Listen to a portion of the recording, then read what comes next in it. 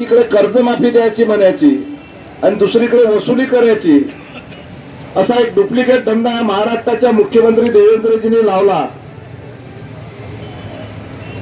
आज आम्हाला शेतकऱ्याला कर्जमुक्त करावं, तुम्ही शब्द दिला होता, नाव घेतात, सांगतात की तो असा पुतळा बांधून असं हे करून असं ते करून बांधला का भाऊ?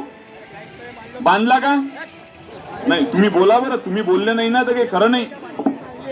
आपण शिवसैनिकांनी जर बोलणं बंद केलं तर हे लांडगे जास्त बडबड करतील।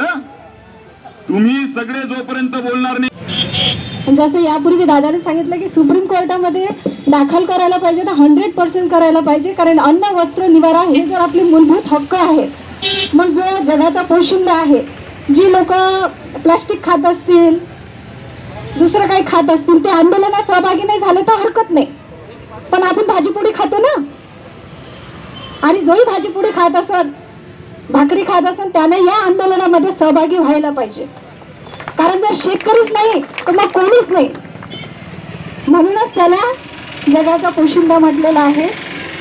तर माझ्या तमाम समस्त शेतकऱ्यांना ही माझी कविता समर्पित आहे आणि पहिलेच आभार मानून घेते की तुम्ही मला संधी दिली माझी कविता व्यक्त करण्यासाठी।